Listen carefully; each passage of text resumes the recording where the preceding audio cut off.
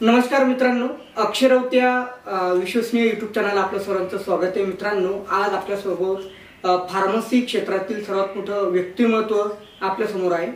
असा एकही फार्मसिस्ट महाराष्ट्रात नसेल की जो या व्यक्तिमत्वाला ओळखत नाही. तर मित्रांनो, आपण बोलत आहोत अनिलजी नावंदर साहेब यांच्याबद्दल, जे की MSCDAचे मानद सचिव आहेत. आपण यांच्यासोबत आज खास बातचीत करणार आहोत. भाऊ, आपलं हार्दिक स्वागत आहे या कार्यक्रमामध्ये.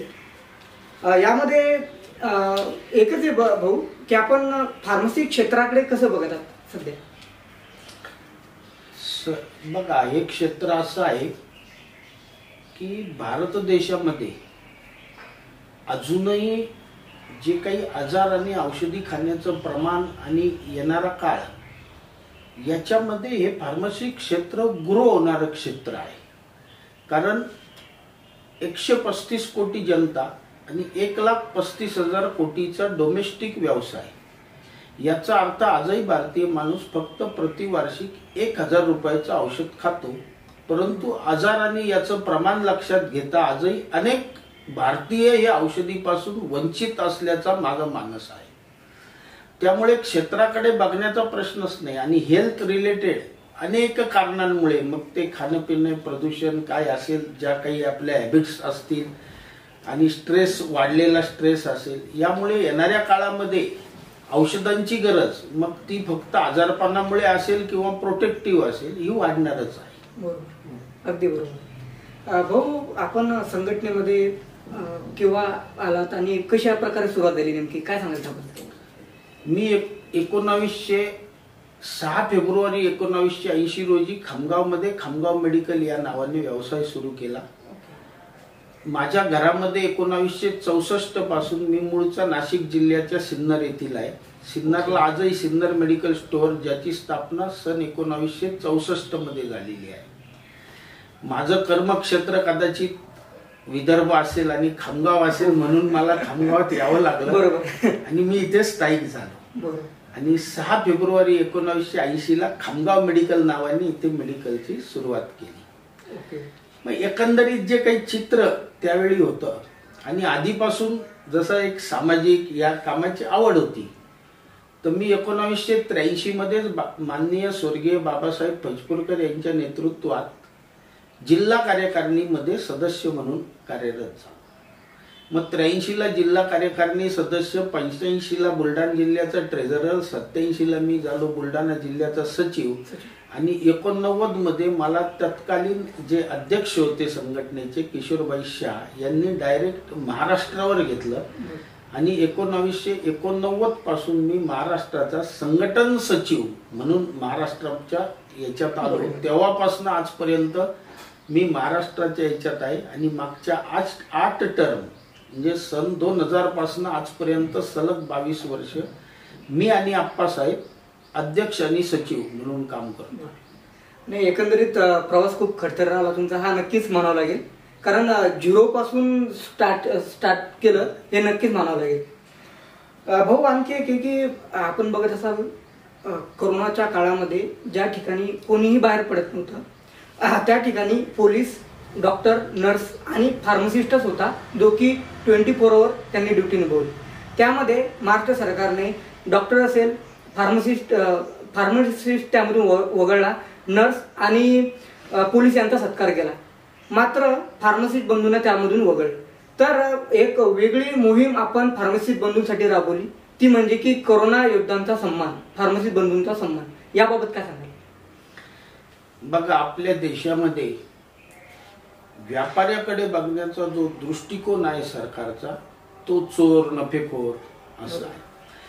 परंतु पर्टिक्युलरली कोरोनामध्ये जर बघितलं तर सगळ्यात हाय रिस्कवर जर कोणी असेल तर माझं मत आहे तो फार्मासिस्ट आणि केमिस्ट होता. कारण त्याचा पेशंटच्या डायरेक्ट पेशंट किंवा नातेवाईकाशी संबंध येत होता आणि तो इन्फेक्टेड असण्याची शक्यता फार मोठी होती. अशा याच्यामध्ये महाराष्ट्रातच नाही, देशाच्या कानाकोपऱ्यामध्ये आमच्या औषध विक्रेत्यांनी दुकानं बंद ठेवून पळाले नाही. अनेक ठिकाणी डॉक्टर्सनी क्लिनिक बंद ठेवले.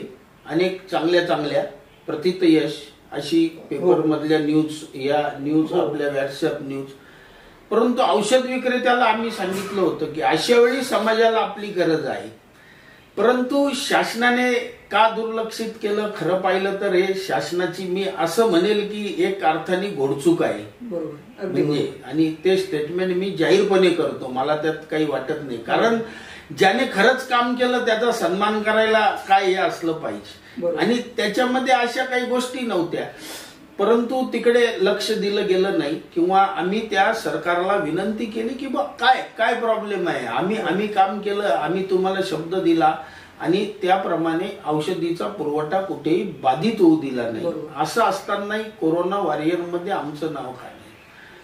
परंतु मी सांगितली तीच परिस्थिती आहे की व्यापाऱ्याकडे बघण्याची जी मानसिकता आजही आहे. अगोदरचा काळ होता जेव्हा एक पर्टिक्युलर कास्ट बनीय म्हटले जायची ती व्यापारात. आज काही राहिलेलं नाही, आज सगळेजण व्यापारामध्ये आहे. मग आता बनियगिरीचा विषय कुठे राहिला? मग सरकारचा दृष्टिकोन का बदलत नाही? म्हणजे बदलला पाहिजे सरकारने कुठेतरी, आणि सेवेचं मूल्यांकन सुद्धा केलं पाहिजे अशी आजही आमची भावना आहे. परंतु ती न झाल्यामुळे मी असा निर्णय घेतला की शेवटी आपला माणूस ज्याने ते केलं त्याचं कुठेतरी आपण आपल्या घरात कोणी डॉक्टर झालं हे झालं तर आपण घरामध्ये सगळ्यांना कौतुक करतो. काही लोक आपल्या मित्र परिवार नातेवाईकांना बोलवतो, एखादं छोटेखानी कार्यक्रम करतो आणि त्याला एक हे देतो, आत्मबल ज्याला म्हणू किंवा प्रोत्साहन म्हणू की बा तू हे अचीव केलंस. मग माझ्या सभासदाचं कोणी नाही तर आम्ही संघटनेने केलं पाहिजे म्हणून आम्ही तो कार्यक्रम राबवला. ती बरोबर भाऊ, आपण जे बोलला की फार्मसिस्ट बंधूंचा हा सन्मान झालाच पाहिजे. बिकॉज मध्ये रेमडेसिवीर इंजेक्शनची कमतरता खूप जास्त प्रमाणात भासली आणि संपूर्ण एक फार्मसिस्टच होता की पेशंट पर्यंत जे इंजेक्शन आहे ते पोहोचवण्याचं काम फार्मसिस्टनेच केलं. परंतु शासनाने याकडे कानाडोळा केला, हे मात्र एक चुकीचंच म्हणावं लागेल आपल्याला. भाऊ आणखी एक की फार्मसी सेक्टरमध्ये आता 1mg ॲप, ऑनलाईन मेडिसिन, आता एक नुकतंच नेटमेड होलसेल म्हणून आलं, तर याकडे आपण कसं बघता आणि फार्मसिस्ट बंधूंना काय आव्हान करायला यावर?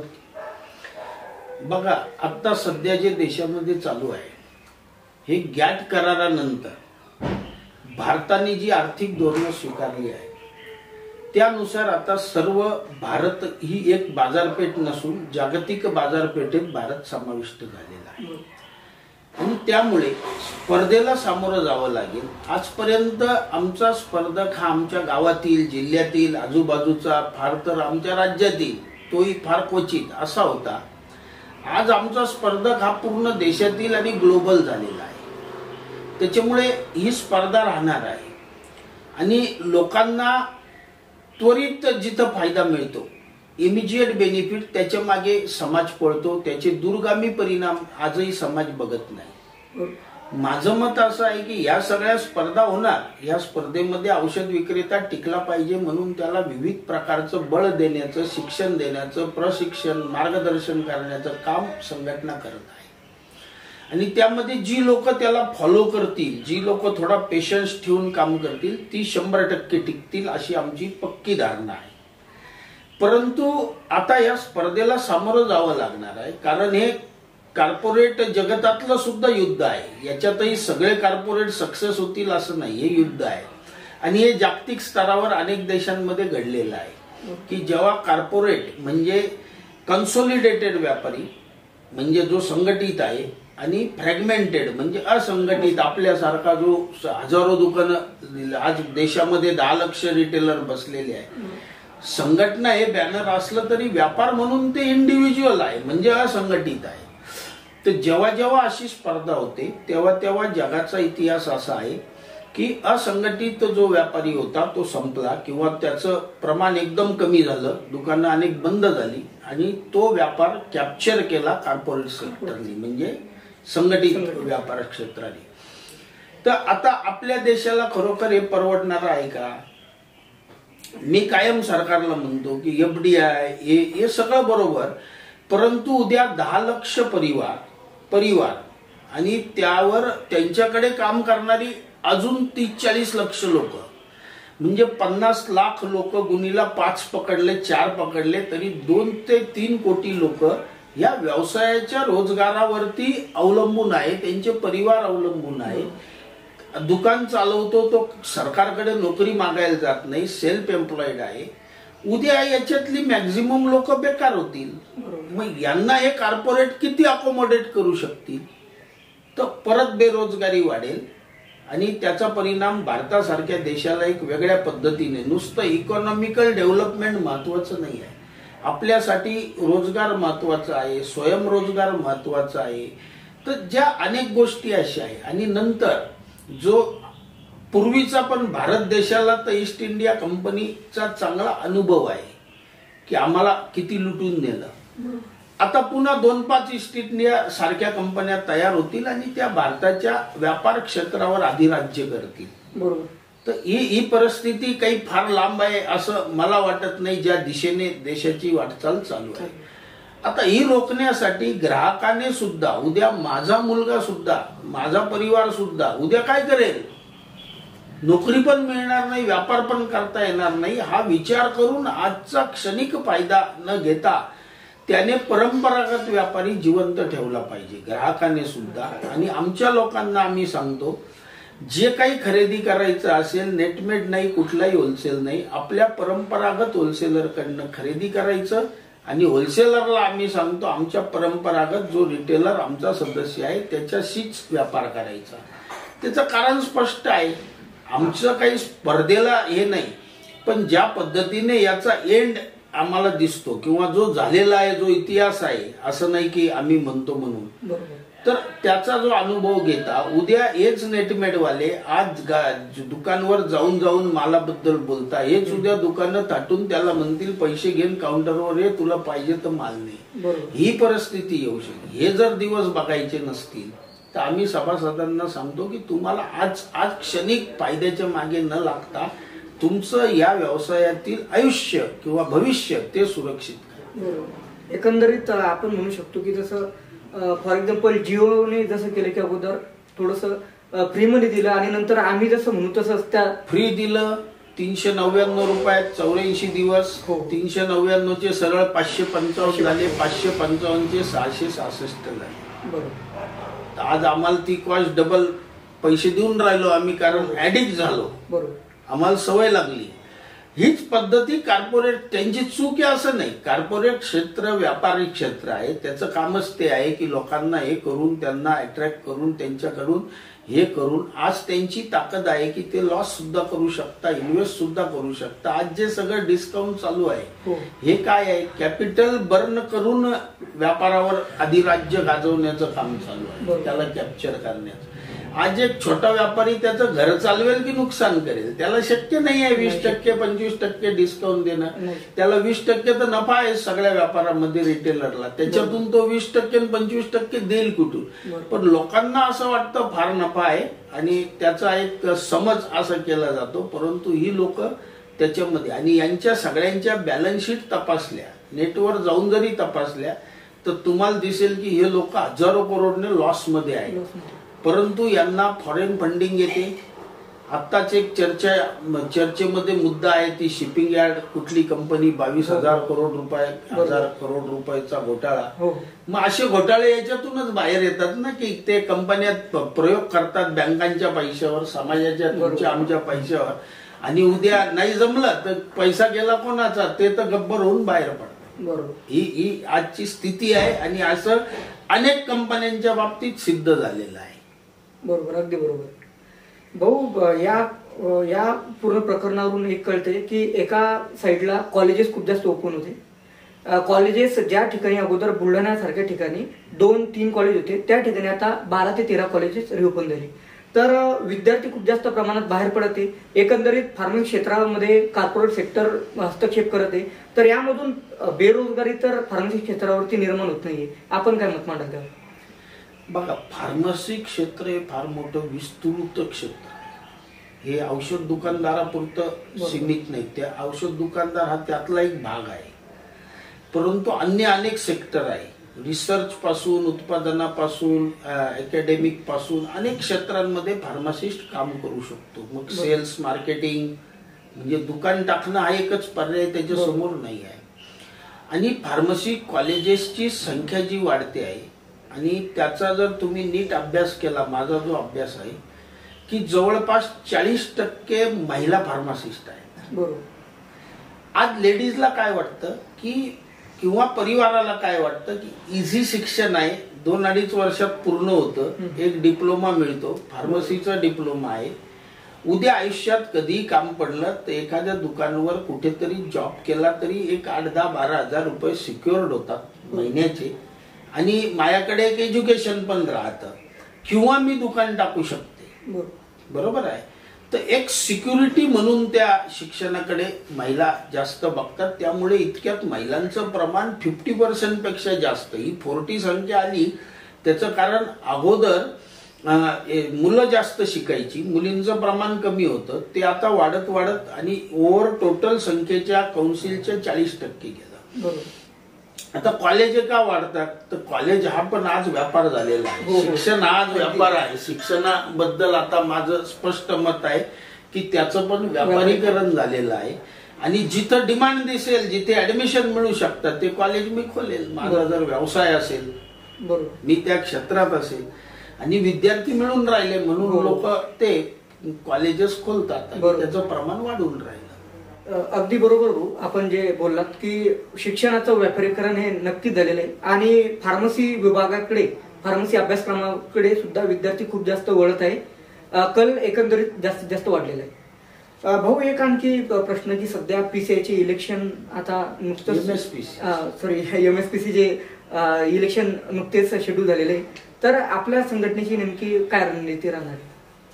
नाही, आम्ही कौन्सिल 1948 स्थापन झाली. फार्मसी ऍक्ट 48चा आहे. त्यानंतर कौन्सिल स्थापन झाली. त्यानंतर त्याच्यावरती आधीपासून एक लोक नॉमिनेट व्हायची आणि 6 लोक निवडून येतात, 5 लोक सरकार नॉमिनेट करते, अशी एक बॉडी बनायची.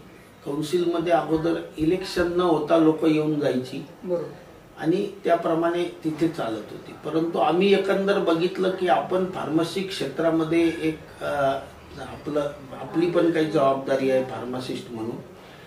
आणि मग 1997ला संस्थेने त्याच्यामध्ये भाग घेतला. सरकारच्या 95 पासून आम्ही मागे लागलो की कौन्सिलच्या निवडणुका लावा. मग त्या निवडणुका लागल्यावर आम्ही त्यामध्ये सहभाग घेतला आणि सहभाग घेतल्यानंतर त्याच्यामध्ये MSCDA, Maharashtra state chemist and druggist असोसिएशनने आपलं पॅनल उभं केलं.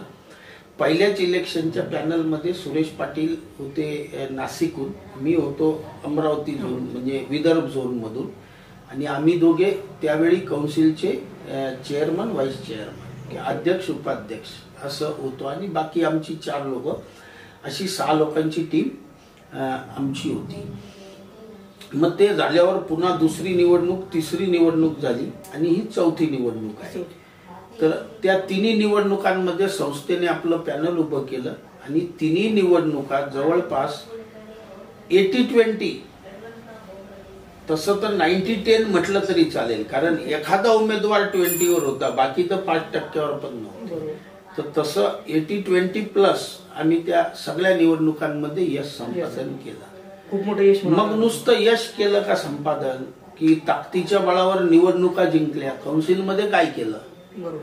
तर ज्या कौन्सिलची स्थिती 1985च्या आसपास पर्यंत अशी होती की ती फोर्टमध्ये एका बिल्डिंग मध्ये होती, ज्याच्या जिन्यावरून तुम्ही जर रजिस्ट्रेशनला चालले तर भीती वाटायची कधी खाली पडेल, अशा इमारतीमध्ये कौन्सिल होती.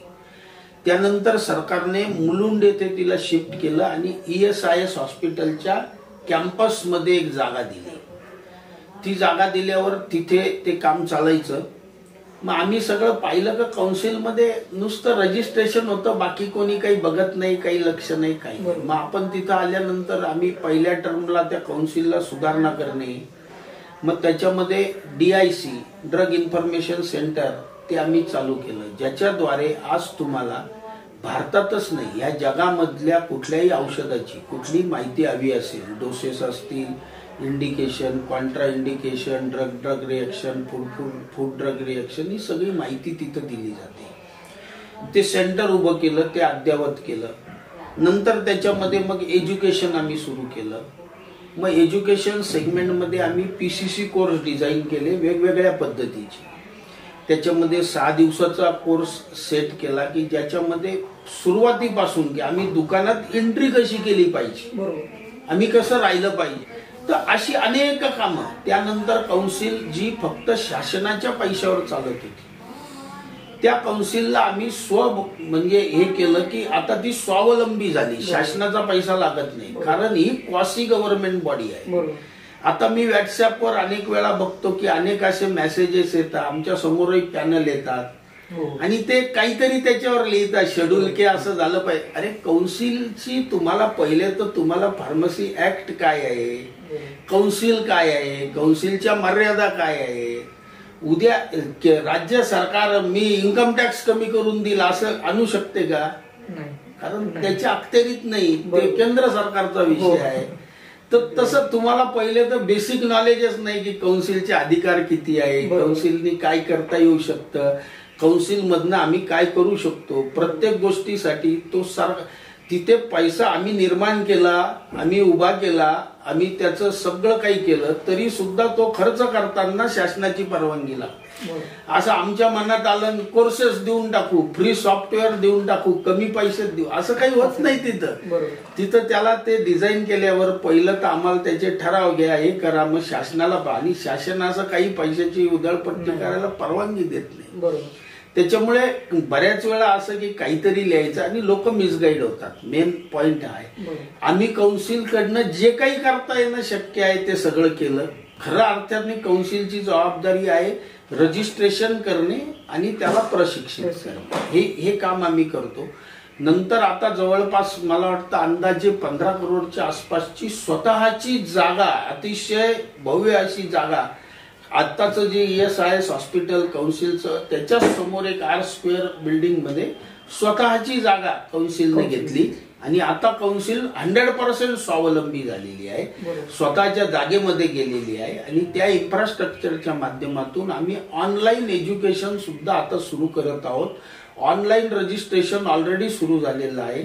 ऑनलाईन तुम्हाला कौन्सिलची कामं जी काही असतील ती सगळी ऑनलाईन करता येतात. कधी कधी फिजिकल अटेंडन्स याच्यासाठी लागतो की टू व्हेरीफाय द आयडेंटिटी. बऱ्याच वेळा असे अनुभव कौन्सिलला येतात की तो फॉरेनला चालला गेला, इथं नाहीच भारतात, तरी त्याचं ऑनलाईन सगळं केलं गेलं. आता ते टॅली होत नाही. मग जर डाऊटफुल असं काही वाटलं तर कौन्सिल म्हणते ठीक आहे, हे सगळं तुमचं झालं, आता एकदा तुम्ही पर्सनल या, व्हिजिट करा, ते दाखवा तुम्ही इथं आहे आणि घेऊन जा. कधी कधी मृत्यू झालेल्या लोकांची रजिस्ट्रेशन लोक वापरतात असंही लक्षात येतं. मग PPP कार्ड काढलं. PPP कार्ड काढलं त्याच्यासाठी की तो कुठे आहे त्याचं टॅली होत राहावं. आता PPP कार्ड फ्री देऊ असं मी वाचलं. फ्री देऊ म्हणजे काय, जर तो प्रोफेशन मध्ये आहे तर त्याला 5 वर्षाचे 200 रुपये म्हणजे काय फी आहे का, फी आहे का, त्याला कुठेतरी अटॅचमेंट पण राहिलं पाहिजे आणि त्याचा डाटा आम्ही मेंटेन करतोय, तर त्याला त्याचं कुठे 200 रुपये म्हणजे काही हे नाही की फार मोठी अमाऊंट त्याला लुटून राहिलो, काही असं काहीच नाही आहे. परंतु कसं आहे, काहीतरी मिसगाईड करायचं काही नाही आणि बोलायचं काहीतरी, असं प्रॅक्टिकल नाही. तर आम्ही येतो तिथे, ते आम्ही एकदम आमचा क्लिअर कट अजेंडा असतो, त्या अजेंडाप्रमाणे आम्ही त्या पद्धतीने काम करतो. कौन्सिलच्या मर्यादा काय आहेत ते आम्हाला व्यवस्थित माहीत आहे, कौन्सिल मधून काय केल्या जाऊ शकतं हेही आम्हाला व्यवस्थित माहीत आहे आणि आम्ही ते सिद्ध केलं. आणि कौन्सिलला एक जे म्हणतो आम्ही की एकदम सुवर्ण वैभव ज्याला म्हणू शकतो, एकदम अशा कौन्सिलला जिच्याकडे काहीच नव्हतं तिला सुवर्ण वैभव प्राप्त करून देण्याचं काम संघटना आणि त्याद्वारे निवडून आलेल्या सर्व पॅनलने केलेलं आहे. नाही, अगदी खूप मोठं अचिव्हमेंट म्हणावं लागेल, नक्कीच म्हणावं लागेल. बिकॉज ज्या ठिकाणी फार्मसी क्षेत्र एक वेगळ्या वळणावर होतं आणि थोडंसं संघटित करून या क्षेत्राला आपण एक नक्कीच योगदान खूप मोठं दिलेलं आहे यामध्ये. भाऊ आणखी एक त्यामध्ये की जे ड्रग इन्स्पेक्टरच्या मागे वॅकन्सी निघल्या होत्या, तर त्यामध्ये सुद्धा MSCD थ्रू आपणच लेटर दिलं. त्यानंतर आपल्याच मार्गदर्शनाखाली मी स्वतः त्यामध्ये एक लीगल नोटीस पाठवली MPSC ला. त्यानंतर आपण स्वतः शिंगणे साहेबांसोबत सुद्धा बोलून शिंगणे साहेबांनी स्वतः आपल्याला आश्वासन दिलं आणि त्यानंतर तो इश्यू शॉर्ट आउट होण्याच्या आता 90% मार्गावर ते आलेलं आहे. तर ते झालं. त्यानंतर आता 12वी पास विद्यार्थ्यांना सुद्धा मेडिकल डिव्हाइसेसची परवानगी शासन देण्याच्या मार्गावरती. तर यावरती काय सांगाल? नाही, आम्ही शासनाला स्पष्टपणे सांगितलं आहे की 10 लाख औषध विक्रेते ऑलरेडी या क्षेत्रामध्ये काम करतात, जे मेडिकल डिव्हाइस पासून सगळं काही विकतात. बरोबर. शासनाची जर अशी मानसिकता असेल की एक नवी रोजगाराची संधी उपलब्ध करायची, तर हा पण पुन्हा एकदा मी म्हणेन की शासनाला करत म्हणजे काय, इतकी हुशार लोक तिथं बसलेली असताना असे निर्णय घेऊ शकता. बोलणं आपल्या शासनाबद्दल म्हणजे आपल्याच याच्याबद्दल सरकारांबद्दल असं बोलायचं की डोकं आहे की नाही असे विचार.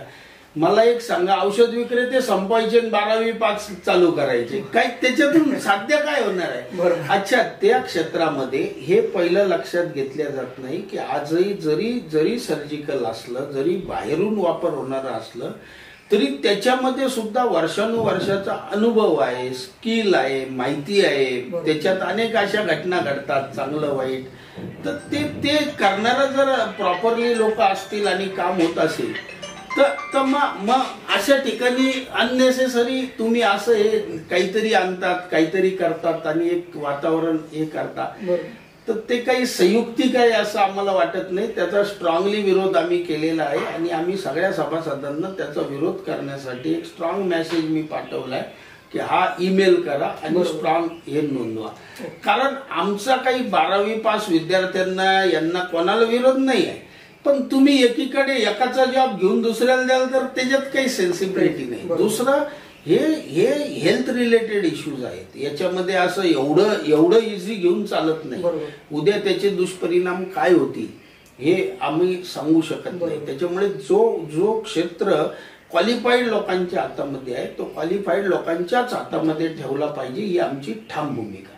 नाही, नक्कीच अगदी योग्य भूमिका मी तर म्हणेल की मांडलेली आहे MSCD ने आपल्या थ्रू. आम्ही स्वतः फार्मर स्टुडंट काउन्सिल द्वारे सुद्धा यावरती लेटर वगैरे पाठवलेले, मेल केलेले. मॅक्झिमम जास्तीत जास्त करा. येस, प्रत्येक विद्यार्थ्याला सांगा, उद्या तू दुकान टाकायचं की 12वी पास नाही, तू कशाला शिकला ते टाक. आमचं म्हणणं जास्तीत जास्त लोकांनी ते ऑब्जेक्शन रेज केले पाहिजे. स्वतःच्या अस्तित्वाची लढाई. बरोबर. नक्कीच खूप मोठा मेसेज म्हणावा लागेल. भाऊ, एक शेवटचा क्वेश्चन की फार्मसिस्ट बंधूंना आपण काय मेसेज द्या? बघा, मी परत कायम सांगत असतो की क्षेत्र फार मोठं आहे. ह्या क्षेत्रामध्ये काम करत असताना तुम्ही स्वतःची क्वालिटी मेंटेन केली पाहिजे. आज भारतामध्ये जो इश्यू आहे ना सगळ्यात मोठा, की आम्ही अनेक वेळा चर्चा करतो की बा फार्मासिस्टला जे स्थान मिळायला पाहिजे ते आपल्या देशात का मिळत नाही आणि इतर देशात काय. तर तुम्ही जर तिथले वर्किंग स्टँडर्ड्स आणि एज्युकेशन स्टँडर्ड्स यांचा जर अभ्यास केला तर आम्ही फार मागे आहोत असं लक्षामध्ये येतं. आणि आमच्या इथला फार्मासिस्ट पण ते डी फार्म झाला का दुकान टाकायचं, व्यापार अशा मानसिकतेतनं तो करतो. तर एज्युकेशन मध्ये पण सुधार झाला पाहिजे, त्याच्यामध्ये पण थोडासा सिरियसनेस लोकांनी घेतला पाहिजे आणि फार्मासिस्टने स्वतःची प्रतिमा उजळण्यासाठी कार्य केलं पाहिजे. आम्ही स्वतः एवढं लाईटली घेतो स्वतःला की आमच्याकडे स्वतःच आम्ही त्याची इमेज मेंटेन करत नाही, तर समाजाकडनं काय अपेक्षा करायची. बरोबर. तर फार्मासिस्टला माझा आज संदेश राहणार आहे की क्षेत्र फार मोठं आहे, हे क्षेत्र कधीही न थांबणार आहे आणि याच्यामध्ये अनेक प्रकारच्या संधी आहेत. पण तुम्ही स्वतःची क्वालिटी सुधारवा, स्वतः चांगलं अपग्रेड व्हा, रोज अपग्रेड राहा, स्वतःच्या अपग्रेडेशनसाठी रोज थोडासा वेळ द्या. काय नवीन घडत आहे जगामध्ये, काय फार्मसी क्षेत्रामध्ये होत आहे त्याच्याशी अपडेट राहा आणि स्वतःची प्रतिमा सुधारवण्यासाठी आणि एकंदरीत या फार्मसी क्षेत्राची प्रतिमा सुधारवण्यासाठी आपण सगळेजण हातात हात मिळवून काम करूया. नाही, नक्कीच खूप योग्य मेसेज दिलेला आहे भाऊ आपण फार्मसिस्ट बंधूंसाठी. फार्मसिस्ट बंधूंसाठी एकंदरीत खूप मोठा एक्सपिरियन्स पर्सन म्हणावं लागेल की एवढ्या मोठ्या. पण आम्हाला म्हटलं जातं आम्ही डिप्लोमा आहे, नाही आम्हाला काय कळतं. अनुभव बघा, म्हणजे मी मोदींबद्दल अनादर व्यक्त नाही करत, ते स्वतःही म्हणत. एक चायवाला देशाचा पंतप्रधान होऊ शकतो, हा त्याच्या क्वालिटी त्याच्याकडे असलेल्या कुठलीही प्रतिभा असो, ती ताकद आहे तिथं पोहोचायची. बरोबर, अगदी बरोबर. तर याचा अर्थ असा नाही देश चालवताय 8 वर्ष झाली. हो. मग एक डी फार्मन हे एज्युकेशन ओके, परंतु अनुभव सुद्धा तितकाच महत्वाचा आहे. बरोबर. त्या क्षेत्राकडे पाहण्याचा दृष्टिकोन महत्वाचा आहे आणि प्रूव्हन केलेली लोक आहेत बरोबर. की ज्यांनी प्रूव्ह केलं की काय या क्षेत्रात. तर असे असे काहीतरी आमच्यावरती आरोप होतात चिल्लर. आम्ही लक्ष देत नाही, पण एक तू बोलला म्हणून मी सांगितलं. हो नाही नक्कीच भाऊ, खूप मोठं योगदान नक्कीच भाऊंचं आहे फार्मसी क्षेत्रामध्ये. एक असंघटित जे क्षेत्र होतं ते संघटित केलं आणि त्याला एक वेगळ्या दिशेने वेगळ्या प्रभावाने नक्कीच भाऊ आपल्याला मार्गदर्शन करत राहणार आहे. आणि या व्हिडिओच्या माध्यमातून एक छोटासा आपण इंटरव्ह्यू भाऊचा घेतलेला आहे. नक्कीच आणखी काही जर अपडेट आली, लेटेस्ट अपडेट फार्मसीवरती, तर नक्कीच भाऊ आम्ही परत तुमच्याकडे नक्कीच येऊ. तर विद्यार्थी मित्रांनो, असा हा महत्त्वपूर्ण व्हिडिओ होता फार्मसीच्या विद्यार्थ्यांसाठी. त्यानंतर फार्मासिस्ट केमिस्ट बंधूंसाठी सुद्धा खूप उपयुक्त असा हा व्हिडिओ आहे. नक्कीच मित्रांनो, यामधून काहीतरी बोध घ्या आणि फार्मसी क्षेत्रावर आपण कसं उंचीवरती घेऊन जाऊ यावरती नक्कीच प्रयत्न करा आणि संघटित राहा. एकच या व्हिडिओच्या माध्यमातून सांगू इच्छितो. एक विनंती शेवटी करून जातो. येणाऱ्या महाराष्ट्र स्टेट फार्मसी काउन्सिलमध्ये MSCDAचं जे पॅनल येणार आहे ते खरोखर या क्षेत्राचं भवितव्य आणि आपला दर्जा सुधारवण्यासाठी काम करणारं सिद्ध झालेलं, सिद्धयुक्त असं पॅनल राहणार आहे, ज्याने खरोखर संघटनेच्या माध्यमातून या अगोदरही 25 वर्ष लगातार सेवा देत आहेत. तर आपण त्या पॅनलला मतदान करावं आणि जास्तीत जास्त मतांनी सर्व उमेदवार निवडून येतील यासाठी सहकार्य करावं. नक्कीच भाऊ. तर भेटूया आपण नेक्स्ट व्हिडिओमध्ये. चॅनलला लगेच सबस्क्राईब करून घ्या, जेणेकरून अशी लेटेस्ट अपडेट तुमच्यापर्यंत सर्वात अगोदर येत जाईल. धन्यवाद.